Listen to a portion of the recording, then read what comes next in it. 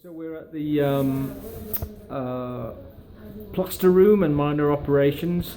I've introduced you to Dean before. Dean's from the Glenfield Hospital in Leicester, and he's been helping people here with their plaster room. So this is the plaster room, the table, very basic supplies of wool, which would be very different to what we have.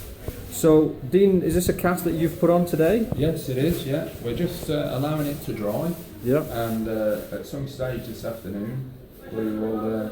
I've got a rather large window to perform. Okay. Because the guy needs daily wound care. Okay. Checks. So he's got obviously a fracture with a very large open wound. Yes, he had a distal tibia fracture that was X-fixed. Yeah. And he's had skin grafts as well. Okay. And but basically they wanted non-weight bearing with a bit of a plaster cast. So in the UK that would be treated in a different way with a fixator or a nail or something like that. Yes, this is quite a challenge, to say the least. Because you've got a nasty compound, so that's open wound with a fracture that hasn't healed. Yes. Yeah. And is that plaster quite different to what they would have put on themselves? Oh, without doubt. This is our BSN plaster, gypsoma, and it's so much thinner. The material that they have over here is so thick, and bizarrely the water and the drying conditions are so much. There's so much difference between. And I think that's probably why they have so many breakdowns with casts cracking and these sort of issues. Do you have an example of the material and so on that they use here? Fine. There's a small piece of it there. Yeah. And as you can see, it's quite perforated, and when it's immersed in the water, it just goes very, very loose, and it's quite hard to work with. Yeah. And I think that's where the guys here, they tend then to panic a bit and probably put too many rolls on. Okay. And I've heard of one this week that has got a 16 layer POP. And you use? I use between 6 to 8. Yeah.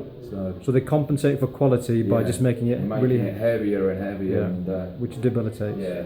So the other challenge with this particular patient is that, he needs to go home today. Yes, definitely. We're hoping he's hoping to be discharged in 3 hours. 3 hours time. Yeah. So yes. And he's going several kind of miles away back home. Yes, apparently so. He's out into the community, so the community hospital will look after him there, and we can only hope that he gets the right care. And then by community, you mean, it probably means at least a day's journey away. Oh, yes, I think he said it's 7 hours drive. Right. So, yeah. Okay. So Dean, you were going to tell me the differences between the kind of, another example of the difference in the quality of materials that you have compared to what they have here. Yeah. This is the undercast padding that we use in the UK. And as you can see, it comes on a roll. We have this in all various sizes. Yeah. It's quite strong. Whereas over in Ethiopia, it is basically a cotton wool roll that you have to roll out on the table and gradually flatten like so, and then wet your plaster of Paris and then pop that on and then move that to the body, to the leg. And just show us how your roll at home unrolls on the side, and that will just roll out so much differently. Just like that. Yeah. So it's not just the differences in high-tech medicine, it's even the differences in very low-tech and cheap things that we take for granted that is different. What we consider the basic materials. Yeah.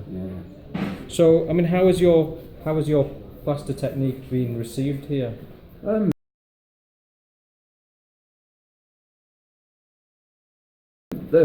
Every time I seem to perform a task, a cast, there's quite a crowd around. There's hands, and I'm never at a loss for a helper, a holder. Hands appear from everywhere. Yeah. I have to shout for space for my water. Yeah. Yeah, they're really enthusiastic with it. So yeah. hopefully they can take a little bit of that knowledge and technique further. Okay, Dean, thanks very much. Thank